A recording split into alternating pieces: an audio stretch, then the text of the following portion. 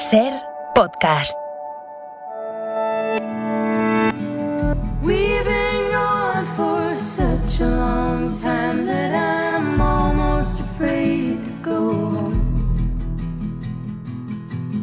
A long road is a long, dragged out imagination where things can go wrong, but we keep rolling on.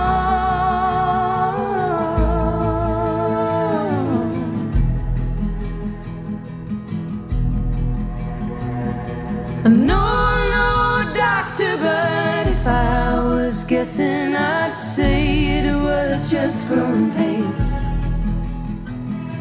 And painful as growing is, we can't forget it's hard to get to taking the reins, and we'll all be okay.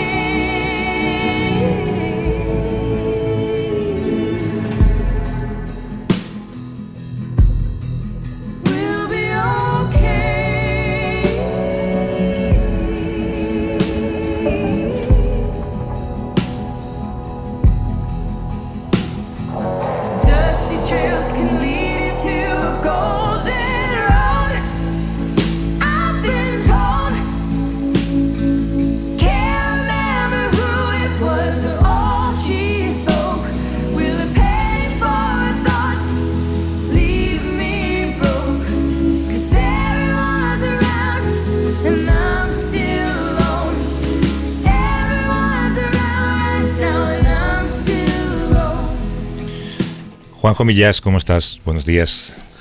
Buenos días, Javier. Muy bien. ¿Tú cómo andas? Muy bien, muy bien. ¿Te ha pasado algo especial esta semana? ¿Estás tranquilo? Pues, creo que estás en forma de calma antes de la tormenta. Ahora explicamos por qué, tormenta editorial. Sí. ¿No? Bueno, me ha pasado algo increíble, que es la primavera. El jueves creo que fue, salí al parque a caminar y todo estaba en flor. Pese al frío que ha hecho esta semana, porque ha sido una semana... Bueno, hacía frío por la mañana, pero luego al mediodía, como hacía tanto sol, y entonces ayer mismo salí a caminar a una hora en la que el sol estaba muy alto todavía, debían ser las 3:30 de la tarde o así, y en el parque de mi barrio hay muchos olivos centenarios, porque era un olivar. De estos olivos que realmente los plantaban de dos en dos, ¿sabes? Que son como siameses que se separan un poco de sí mismos, como mirándose, como espantados en uno de otro. Y hay una gran explanada de olivos de estos centenarios, antiguos, siameses, y sobre un territorio lleno de césped.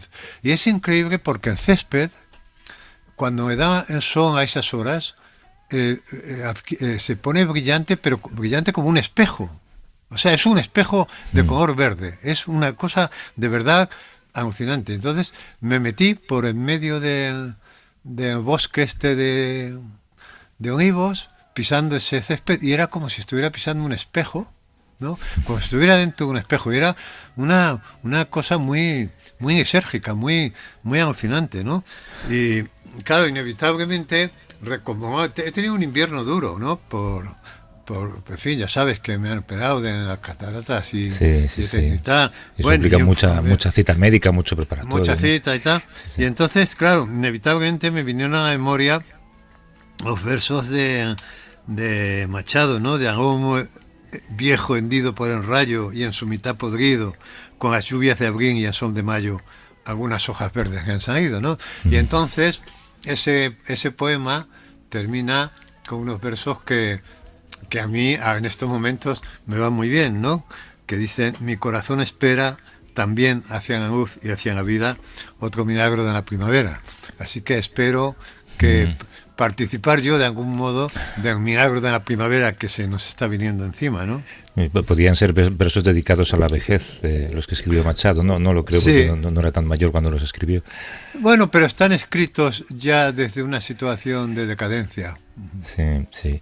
Los olivos son árboles maravillosos. Imaginar que delante de olivos que contemplamos de repente en el campo pueden haber pasado escuadrones romanos Sí. la historia entera pasando por delante de un árbol, ¿no? Y imaginarse ese árbol y haber contemplado la historia desde allí. Es bonito, es un árbol maravilloso. Has usado, por cierto, la palabra siameses, que es una palabra que hacía tiempo que no escuchaba. Se escucha mucho en dibujos animados, pero poco en literatura. Sí, pues estos son higos antiguos, porque nos cantaban así. O sea, porque cogían dos estacas, alguien me lo explicó un día, y las clavaban así juntas.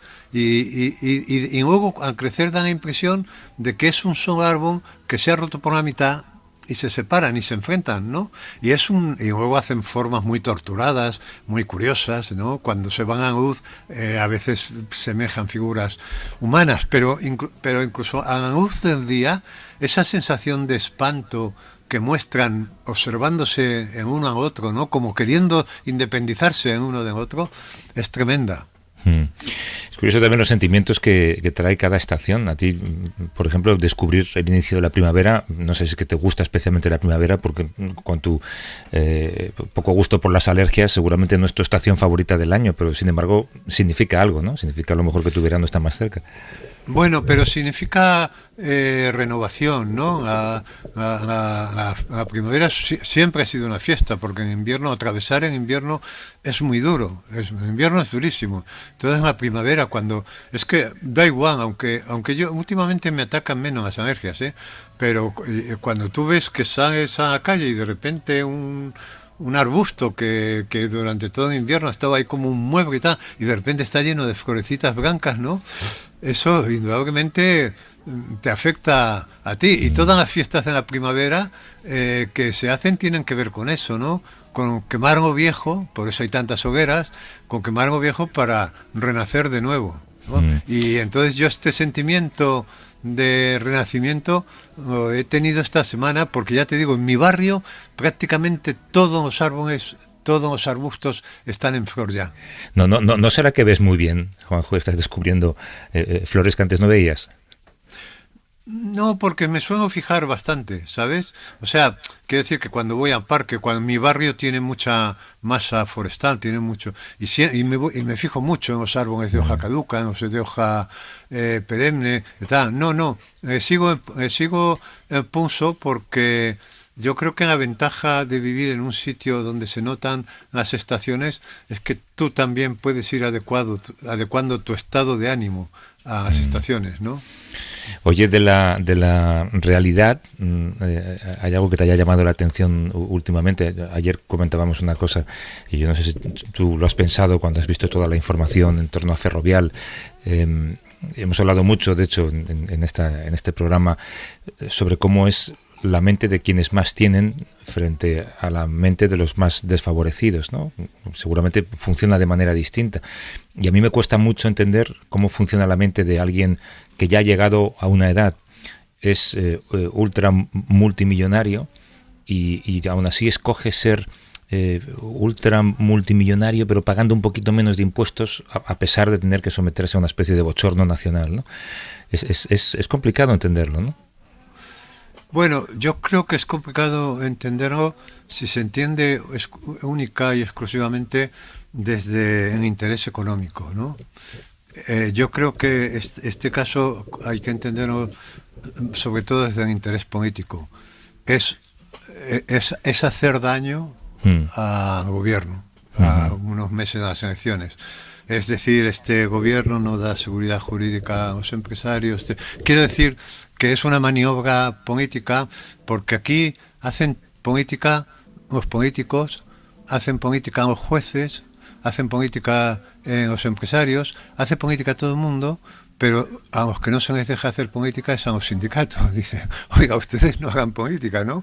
A los médicos cuando se malviene usted. Pero esto es una maniobra fundamentalmente política y bárbara. Yo creo que es una agresión política bárbara. Y fíjate, a propósito de esto, a mí ha habido otra gran noticia esta semana también, que es la discusión sobre si en adverbio, si en son, la palabra son debe llevar tilde cuando es adverbio o cuando es, y no llevarla cuando es adjetivo y tal.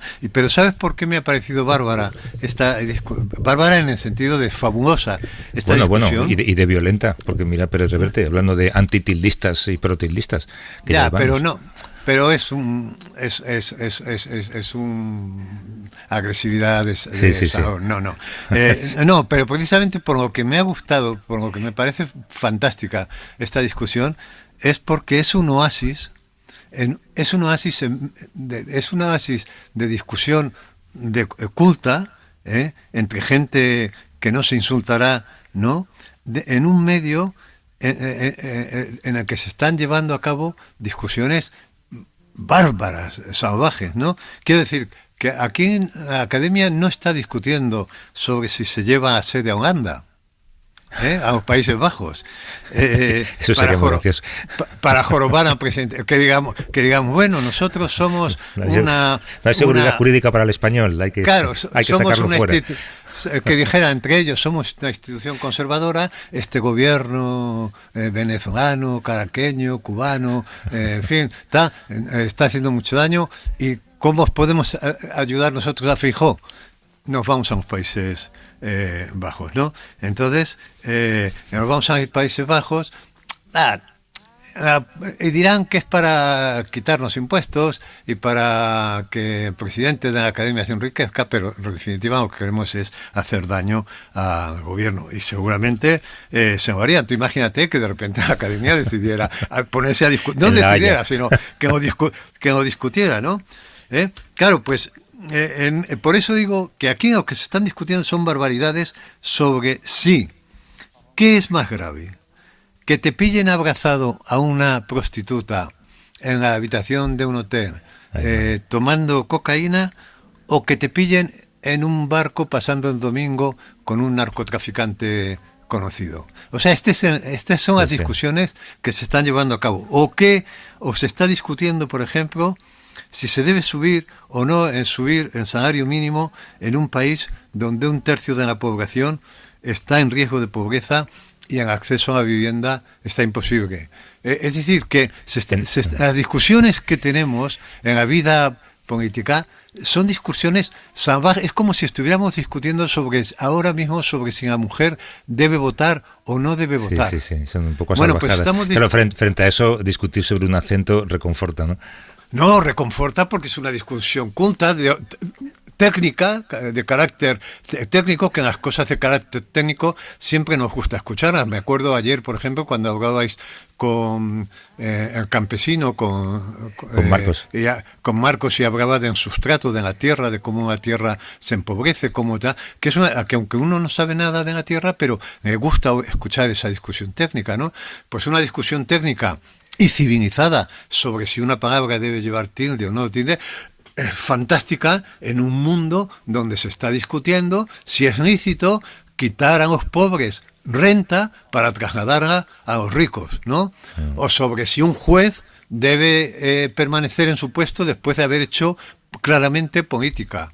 En fin, o sea, nosotros estamos... Prostitutas y cocaína es peor que narcotraficantes, Esto es, o sea, las discusiones de carácter, digamos, del ámbito político son bárbaras porque son salvajes, porque se discuten cosas que deberían estar claras, que son evidentes. ¿Cómo es posible que la gente salga espantada de los supermercados con la nota de lo que se ha gastado en la carnicería, en la frutería, que no pueden, mientras que eso que ellos ya no tienen para comprar en fruta se le está transfiriendo a un multimillonario, que además se lo está llevando a los Países Bajos, ¿no? Bueno, pues estamos en esa discusión que a lo mejor, ojalá, dentro de unos años nos parezca tan salvaje como cuando se discutía sobre si las mujeres debían votar o no debían votar, ¿no? O si debían acceder a... Entonces, claro, lo de la tilde, te digo, dices, qué bien, ojalá estuviéramos en un país ya tan civilizado donde todas las discusiones fueran de ese tipo, ¿no? Sobre el participio, ¿no? De repente. ¿Tú a favor o en contra, por cierto? Yo estoy a favor de la tilde. Mira, mi novela, que sale el día 17, como sabes, o Sí, sea, ahora dentro hablamos. de nada, se titula precisamente, y ya hay ejemplares, o sea, ya no se puede corregir, ¿no? Pero bueno, está bien. Se titula Solo humo. Y ese solo es un adverbio que equivale a solamente. Por tanto, Por lo tanto, yo dudé si acentuara o no y lo discutí con la editora. Es verdad que en este caso no se presta a confusión, porque solo humo significa solamente humo. O sea, no es como esos sí. casos donde el solo se Solo puede Pedro, por confundir ejemplo, ¿no? con el adjetivo. Pues si yo digo bebo café solo, no sé si estoy diciendo que me lo bebo solo o que bebo café sin leche, ¿no? Sí. Y entonces en ese caso hay una ambigüedad que parece que en la academia dice, bueno, esto a gusto de que escribe puede acentuar el solo cuando es adverbio, ¿no? Pero en mi caso, como no hay duda de que es un adverbio, de que equivale solamente, al final, y como la norma dice que no se acentúe, al final decidimos no acentuarla. Pero yo estuve a punto de, porque a mí, y dices, hombre, estoy a favor de la tilde primero, porque es pertinente en este caso, porque yo creo que la academia se equivocó cuando dijo esto de que... Y segundo, porque oye, esto, a mí, ¿qué quieres que te diga? Me dices, ¿tú qué prefieres? ¿Un ensamblaje, cuando se trata de hacer un ensamblaje para un marco de una ventana de madera, por ejemplo, ¿qué prefieres? ¿Hacer un ensamblaje con una con un ángulo de estos de hierro o prefieres un ensamblaje tradicional de cola de Milano, por ejemplo, que son o de caja y espiga, que son estos ensamblajes sí. en los que tú haces un hueco en la madera y dejas un tetón o un espigón en la otra e introduces, que son los ensamblajes de toda la vida, que a veces son tan perfectos que ni siquiera necesitan goma o pegamento, Cola, ¿no? sí, sí. Hombre, yo admiro más al carpintero que viene a casa y me hace un ensamblaje de quesos que al que viene a casa y me pone una escuadra de hierro. Y en la escuadra de hierro con sujeta... 4 tornillos. Con 4 tornillos, claro. Pero yo prefiero eso. Entonces, quiero decir, porque el carpintero del ensamblaje es dueño de una sabiduría tradicional. Hombre, yo que sé un poco de gramática, no me quiten eso, porque me gusta y creo que, bueno, en este caso creo además que es pertinente, pero además he leído un tuit de Manuel Vilas, con el que tenemos una comida pendiente, por cierto, sí, sí. me recordaron otro día, que decía que él es antitildista porque dice que la tilde es elitista. Ya le echaremos la bronca. Dice que la tilde es elitista y que para la tilde hay que haber estudiado. Bueno, no hay que haber estudiado tanto, ¿no?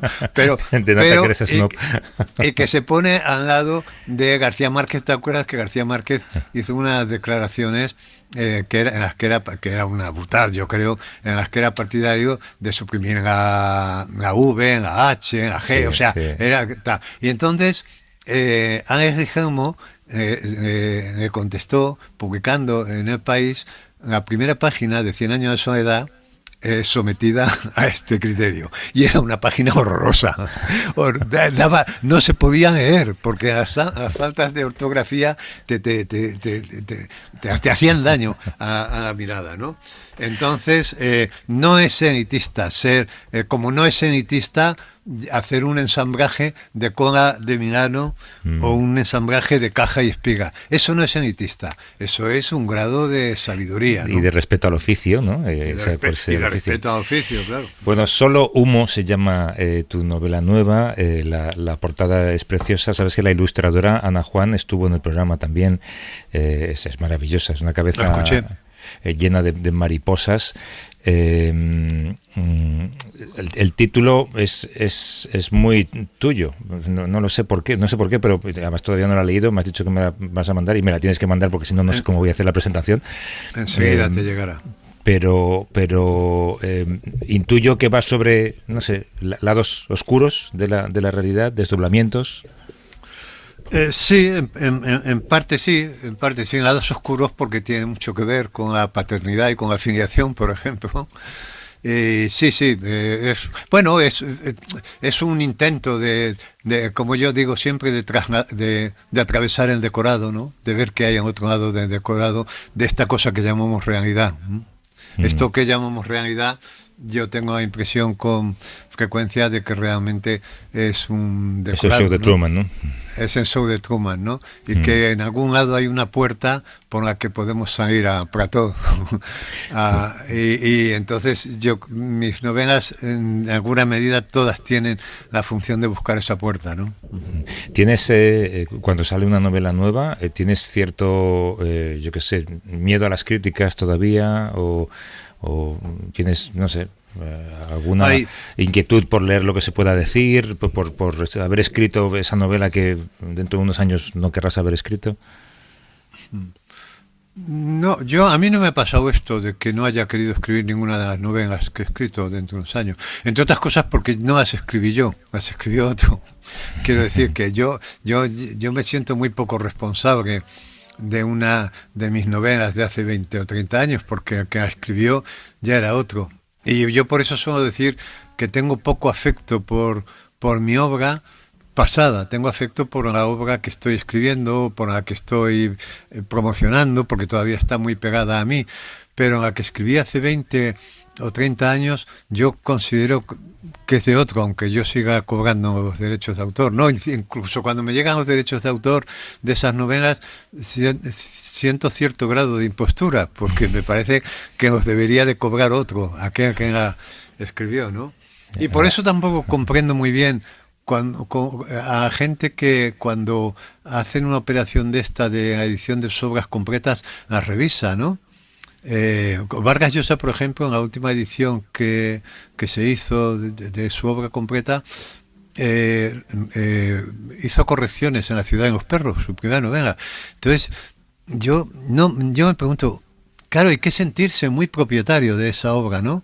Para hacer, porque a mí no se me ocurre, no, es que no me atrevería a meterle mano, y seguramente a lo mejor la podría mejorar a mi primera novela, porque el que la escribió, porque sería enmendar en la plana a otro que no soy yo, ¿no? Y sí, siempre hay inquietud, claro, aunque ya, en fin, ha pasado ya por muchos filtros, en la editorial pues les ha gustado mucho y han hecho un trabajo de edición perfecto, muy bonito y tal, personas cercanas que han ido, pero bueno, siempre hay inquietud, como hay inquietud cuando nace una criatura nueva, ¿no? Y esto es una criatura nueva, pero bueno, y además es una inquietud a la que nunca te acostumbras, porque dices, hombre, ya después de tantos años deberías haberte acostumbrado. No, nunca te acostumbras de todo, ¿no? Igual que cada programa de radio es nuevo, ¿no? Oye, muchas veces te han enviado manuscritos o libros antes de que se publiquen para que a lo mejor leas y proporciones una frase para la solapa, por ejemplo, y has sido incapaz de hacerlo sin decir quién es el autor. Te habrá pasado, seguro. Sí, yo en algún caso he dicho que no, porque no me parecía decente decir que sí. Escribir una frase cualquiera es sencillísimo, ¿no? Pero hay casos en los que he dicho, no, es que va tan en contra de lo que pienso, o sea, que en algún caso, no te digo que sea frecuente, ¿no? Porque cuando ya a mí una editorial me envía un libro que se va a publicar solicitándome esto, ya piensa que es una novela que encaja de algún modo con mis intereses, ¿no? Que tiene que ver. Pero ha habido algún caso en que iba tan en contra de lo que yo pensaba, que no pasa nada, porque esa frase luego, fíjate, no sé, pero no he sí sido pasa, capaz, pero, una frase puede significar vender más o vender menos, ya, al fin y al cabo. Pero... No le doy yo tanta importancia, pero sí, y lo he hecho con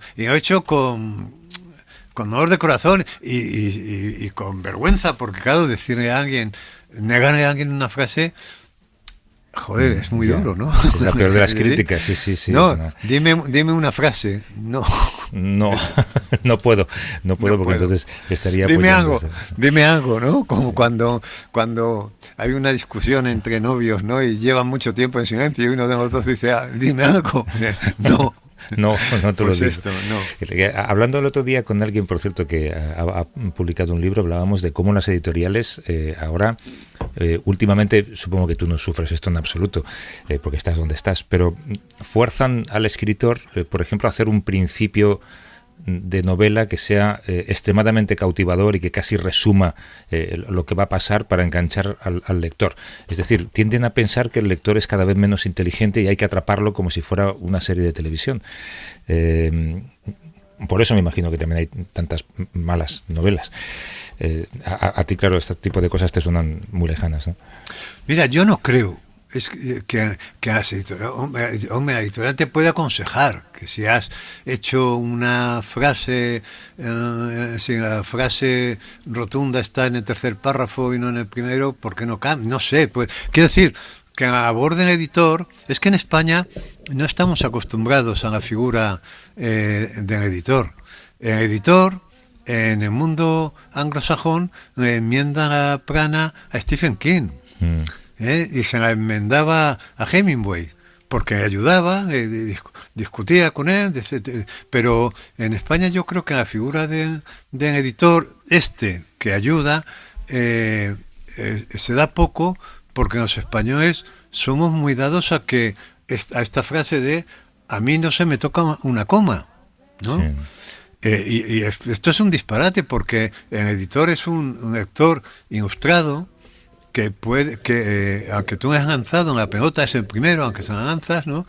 Y que su obligación sería devolvértela. Yo tengo una editora estupenda en Alfaguara, que es Carolina Riollo, que leyó este manuscrito con mucha atención, fue la primera que lo leyó, oye, y me hizo consideraciones muy interesantes. Unas me gustaron y otras no me gustaron, pero las que me gustaron las acepté y no pasa nada, porque te ayuda en tu trabajo. Y ya te digo, el editor debería estar más presente, y el autor debería ser también más receptivo. Sí. Ahora, eso es una cosa, y otra cosa es que te vengan con una fórmula de taller de escritura diciendo, no, oye tú, es que tienes que hacer esto porque según las normas de tal. Eso es otro asunto que yo no sé si está funcionando en el mundo editorial hoy día, bueno, o no lo sé. Es que una cosa es la literatura, y una cosa es lo que tú escribes, y otra cosa es los libros que se publican, que son muchos y algunos inmerecidamente. ¿Tú definirías escribir, porque me cuenta Paqui siempre que vas con la libreta y que siempre estás apuntando tus cosas ahí con una letra muy apretada? ¿Escribir lo considerarías una adicción? Pues sí, es una adicción que realmente es una politoxicomanía, porque va enlazada a la lectura y a imaginar cosas. Es decir, yo cuando voy caminando por el parque, salgo a caminar, llevo la radio puesta, o a lo mejor he puesto música, pero con frecuencia, a menos que me atraiga mucho lo que veis, desconecto y ya me pongo a fantasear, a imaginar, ¿no? Entonces estas tres cosas, fantasear, yo en la infancia me la pasé fantaseando y superé la infancia fantaseando. Leer y escribir son una adicción en la medida en que yo no me imagino la vida sin ellos, y de hecho yo creo que yo te diría que años, pero años, muchísimos años, en los que no hay un solo día de mi vida, no ha habido un solo día de mi vida, ni uno solo, en los que yo no haya escrito algo, no haya leído algo o no haya imaginado algo, ¿no? Cuando digo imaginar con intensidad, ¿no? Yeah.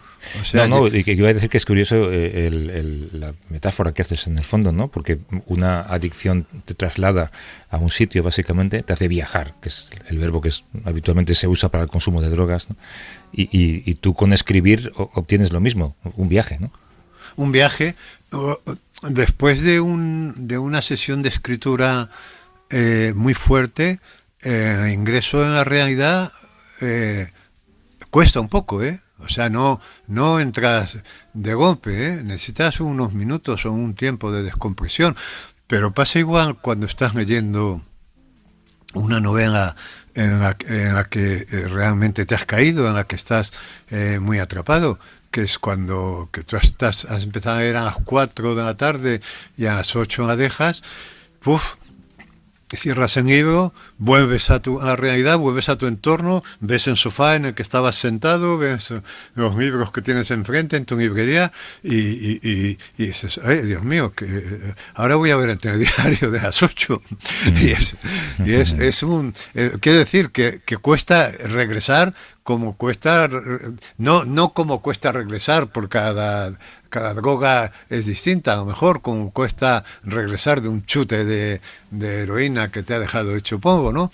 Pero indudablemente hay una adicción que no está socialmente mal considerada, que no parece que haga daño, sino que todo lo contrario, pero sí, es una adicción en la medida en la que dependes de ese estupefaciente, ¿no? Sí, sí, para poder salir de la realidad en la que estás. ¿Has conocido en tu vida mucha gente adicta a algo? Y sobre todo gente adicta a la que o de la que no conocías la adicción y que ha podido hacer vida normal contigo y después has sabido que tenías el lado oscuro. Bueno, muchísima gente. Tú date cuenta que yo vengo de una generación en la que no había mucha información sobre las drogas. Bueno, cuánta gente de mi generación ha muerto, ¿no? Y hubo un momento de gran alegría en torno a las drogas, ¿no? Entonces sí, conozco mucha gente. Pero fíjate, desde el punto de vista de la droga, por ejemplo, de una de las drogas más perniciosas, que sin embargo es una droga legal, que es el alcohol, yo he conocido gente que empezaba a la mañana bebiendo, ¿sí? Y que funcionaba perfectamente. O sea, yo he conocido alcohólicos que han llegado a puestos altísimos de dirección y funcionaban. Incluso durante mucho tiempo tú eras ignorante de que era alcohólico, ¿no? Yo estoy recordando un caso, por ejemplo, de los años que yo trabajé en Iberia, de una persona muy eficaz, además, de un directivo, que en un momento determinado estábamos cerca a las 10 de la mañana y me llegó su aliento. Y claro, echaba una peste a Ginebra tremenda. Y ahí me di cuenta yo de que era. Ya, hombre, con el paso del tiempo se está viendo porque hay un deterioro físico, ¿no? Se nota también en el físico. Y tal. Pero sí, y esta es quizá la gente que más me ha llamado la atención, la gente que eran alcohólicos o drogadictos, como quieras, que eran funcionales y que eran funcionales durante mucho tiempo, y también en alcohólico o alcohólica clandestina, ¿no? Se hablaba mucho, por ejemplo, de la época de mi niñez o mi juventud, de mujeres cuyo trabajo como ama de casa era tan duro, porque además implicaba mucha... Ayer decía un psiquiatra que entrevistabas, decía una frase en un momento muy interesante, decía, es mejor una mala amistad, una mala compañía que la soledad, ¿no? Y las mujeres eran muy solas. ¿Y cuántos hijos han descubierto, cuando ya su madre era mayor y tal, que en el fregadero, escondidas, había botellas de coñac, botellas de ginebra, porque solamente podían soportar la vida que llevaban gracias al alcohol?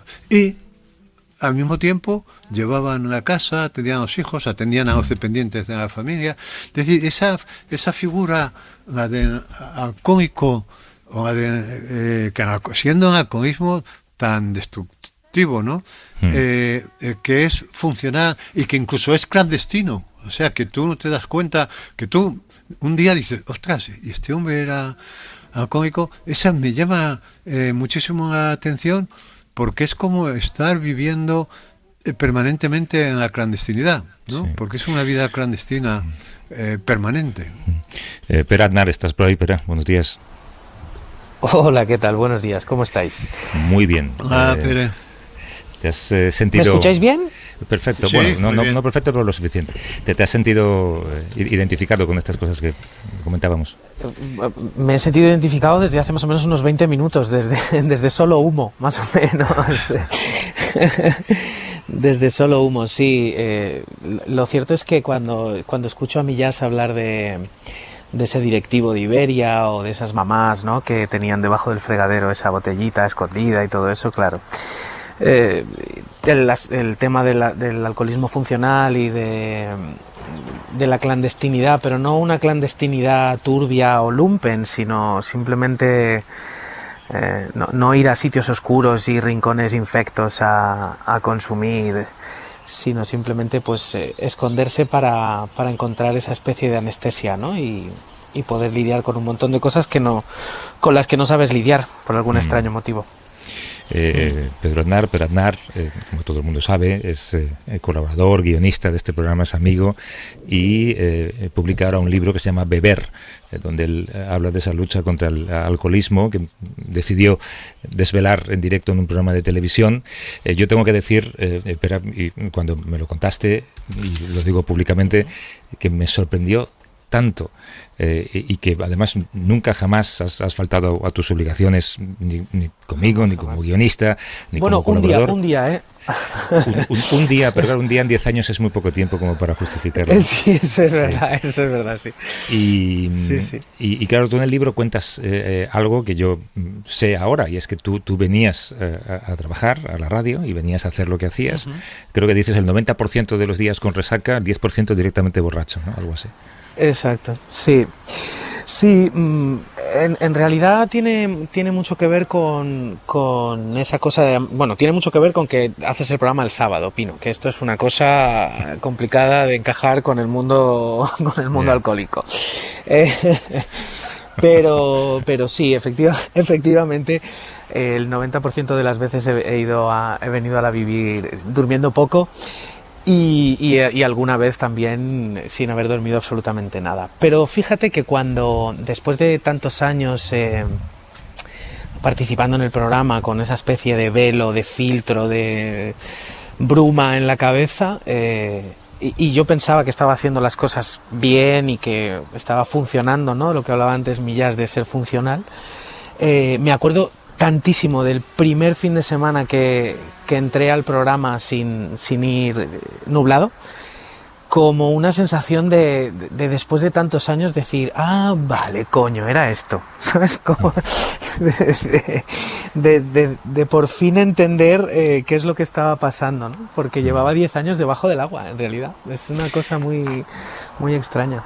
Esto claro, el alcohólico funcional tiene el riesgo de pensar que, bueno, pues si puedo funcionar, será que no soy alcohólico. Eso te pasaría, ¿no? Buah. Eso es lo verdaderamente peligroso, es un poco esa parte, ¿no? Porque como no ha sucedido nada excesivamente trágico ni dramático, no has formado parte de ninguna escena alarmante, no hay nadie que te haya encontrado en una situación peligrosa, simplemente tú a ti mismo te sientes ligero, mareado, más o menos eufórico o más o menos deprimido dependiendo de la época, pero no hay nada ni nadie que haya detectado, como tú acabas de decir, que nunca te habías dado cuenta, ¿no? Que no estás pasando por un buen momento. Entonces, hasta que tú mismo no te das cuenta de que te levantas por la mañana y lo único que tienes en la cabeza es la idea martilleante de en qué momento voy a poder beber, es muy difícil darte cuenta, es muy difícil, porque además continúas con tu vida, llegas a todo, incluso algunas veces gracias a la motivación de lo que va a venir después a nivel etílico, lo haces mejor porque tienes ahí esa motivación de venga, vamos a hacer este bolo o esta actuación o escribir este guión porque luego viene el premio, ¿no? Oye, es oye, muy difícil en ese caso. Hola, Millas, Oye, ¿qué pasa? hola, pero, ¿cómo estás? Yo no me había dado cuenta de nada, ¿eh? Claro, no, sí. No, yo te tengo que Entonces, decir que hemos viajado juntos los tres. Y Hemos viajado salido juntos claro, tú lo cuentas me en el libro. parecía un chico normal. Sí, pero Un chico mientras, normal, pero mientras tú y yo, Juanjo, nos tomábamos una cerveza, él se tomaba Claro. tres whiskies, pero no nos dábamos cuenta. No nos damos cuenta, Sí, pero exacto. hay una cosa, Pérez, que tú, que me pregunto yo, tú eras consciente de que estabas bebido, estabas drogado, actuando en un teatro con nosotros, en un bodo por ahí y tal, y nadie, o sea, no era una clandestinidad como tú dices, de irse a un sitio oscuro, no, era una clandestinidad a vista, por eso tiene una particularidad. ¿Y tú qué pensabas? Sí. ¿Yo soy un genio o estos son gilipollas? Porque claro, ¿cómo es posible que no se den cuenta? ¿Cómo es posible que no se den cuenta? Es que en cualquiera de los dos casos quedo yo fatal, ¿eh? O sea, si pienso que soy un genio y si pienso Bueno, que sois gilipollas. No exageremos tanto, pero te preguntaba, Vale. ¿cómo es posible que no se den cuenta? Pues mira, fíjate, yo creo Por que... ejemplo, ¿cómo hacías? Porque ese sí es un caso, un caso de actor para evitar el aliento. ¿Tomabas pastillas o algo? Chicles, he comido Chicles. muchísimos chicles Ah. en mi vida, sí. Pero fíjate, yo creo que, y esto es una especie de verdad o conclusión que he sacado con el tiempo y que es un poco dura para mí y para todo el mundo en realidad, pero yo creo que sí que os dabais cuenta. Es decir, estoy convencido de que es imposible, porque ahora mismo, por ejemplo, Pino lo acaba de verbalizar. En lo que yo me bebía una cerveza, tú te bebías 3 whiskies, pero no me daba cuenta. Obviamente sí te dabas cuenta. Lo que pasa es que nunca pones el foco ahí, porque no crees que sea eso, ¿no? Siempre piensas, pues es una fase, o en el caso nuestro de los cómicos, bueno, es que es cómico y entonces tienen este tipo de vida, o funcionan así, o su cabeza funciona así, o su ocio es este. Un día sales y haces la excepción, te tomas whisky y te colocas un poco, pero es un día que has salido con los amigos. Claro, pero yo creo que sí que hay... En realidad, si te fijas bien, porque mis amigos más cercanos, mi familia, la gente que ha estado cerca de mí, sí que muchas veces ha expresado su preocupación, obviamente. Pero lo que sucede es que como no hay nada que sea excesivamente evidente, ni peligroso, ni agresivo, ni nada, siempre es esa cosa que seguramente le pasa a muchísima gente que nos escucha ahora mismo, que es, ¿esto que está pasando es una fase o tengo un problema? ¿No? Esta es la pregunta que te haces muchas veces. ¿Esto es una fase por la que estoy atravesando ahora, porque necesito esto, evadirme así, o esto es un problema real, ¿no? Y así van pasando los años y dices, cuando se acaba y dices voy a parar, dices no, era un problema. ¿Cuántos años? O una fase muy larga. Pues mira, yo empecé, la primera vez que bebí, que sale en el libro, yo tenía 13 años con un amigo del cole repetidor y otro chaval que no era repetidor, pero era muy grandote, ¿no? Entonces eran como dos figuras muy ¿cómo decirlo? Dos figuras muy a imitar para un chaval de 13 años, ¿no? Yo que era un niño de 13 años con los dientes para afuera, las gafas muy grandes y las rodillas muy delgadas, tener a un chico de 16 años y otro grandote que me invitaban a probar una cosa llamada calimocho que bebía el hermano de uno de ellos, me parecía una manera increíble de integrarme en la sociedad. Me parecía, luego no resultó serlo así, pero ese día bebí por primera vez y descubrí una cosa que ha sido una condena fantástica, y es que tengo un aguante increíble. Entonces, digamos que yo podía tumbar a esos dos gigantes y eso fue lo que me hizo como... ¿Y te hizo un efecto brutal desde el primer trago? Pues no, en absoluto. En realidad lo que me hizo fue como encontrar un sitio. Porque era el que bebía mucho. Yo era el niño chiquitín que podía beber mucho y no le pasaba nada, ¿no? Y a mi alrededor había otros adolescentes que cuando bebían se ponían muy malos o o se encontraban fatal y yo era el que se podía pimplar una botella entera de calimocho y seguir con su vida tranquilamente, y entonces incluso ser más divertido, ¿no? O ser más extrovertido, esa cosa que se llama falsamente el puntito, ¿no? Que nunca es un puntito, siempre es un poco más de un puntito.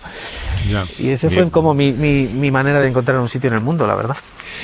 Una mierda de manera, por otra parte. Sí, te iba a decir, buena no era.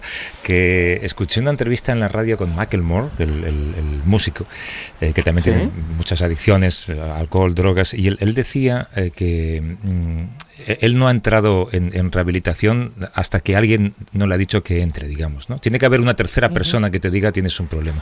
En tu caso, esa tercera persona era la imagen que te devolvía al espejo, ¿no? Tú cuentas en el libro que te ves delante de un espejo y te dices hasta aquí, ¿no?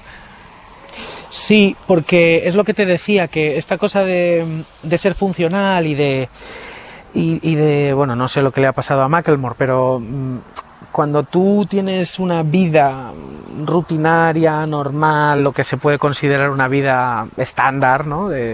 Por la mañana llevas a tu niña al cole, te sientas a escribir, si es que tu trabajo es escribir guiones, luego vas a recogerla al cole, vas a un bolo, un tal y no sé qué, y simplemente lo que haces es que en los huecos vas encontrando excusas para beber, pero no te pasa nada grave, tú puedes funcionar con eso mucho tiempo. Entonces es muy difícil que nadie a tu alrededor diga, hostia, tienes un problema, porque ¿cuál es el problema? No hay ningún problema, no te ha traído la policía a casa.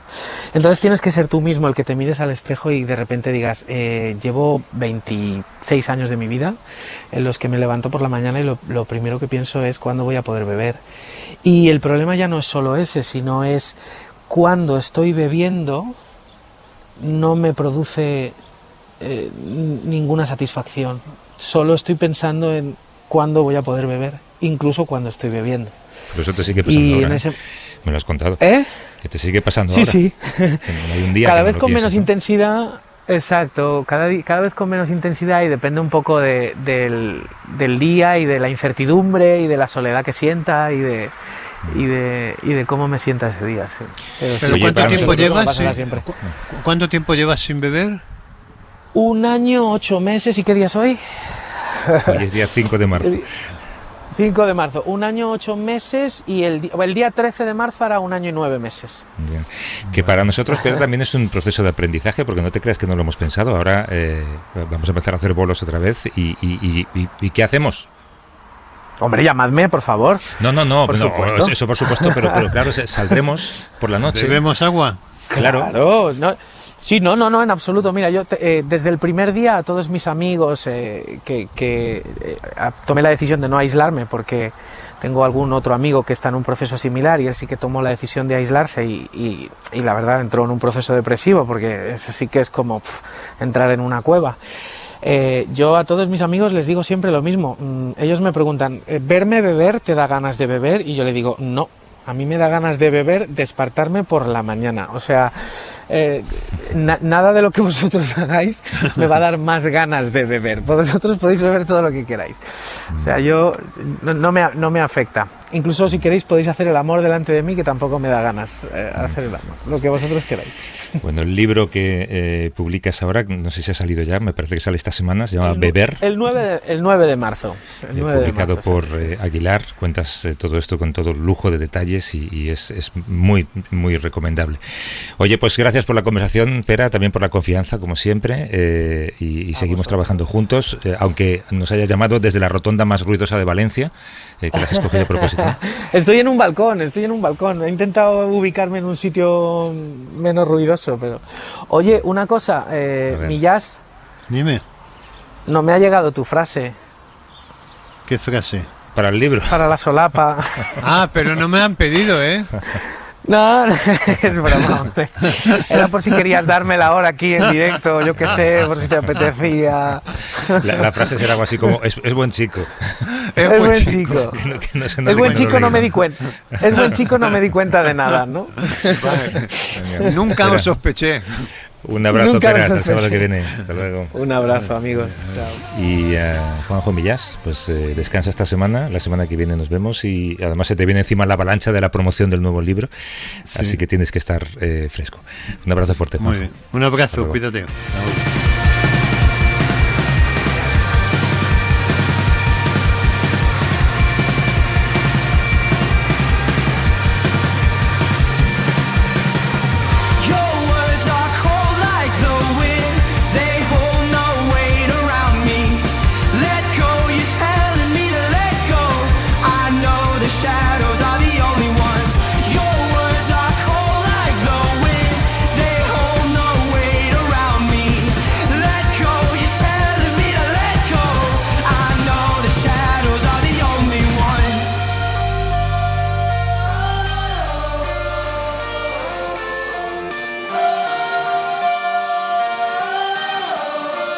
Para no perderte ningún episodio, síguenos en la aplicación o la web de la SER, Podium Podcast o tu plataforma de audio favorita. Cadena SER. La radio.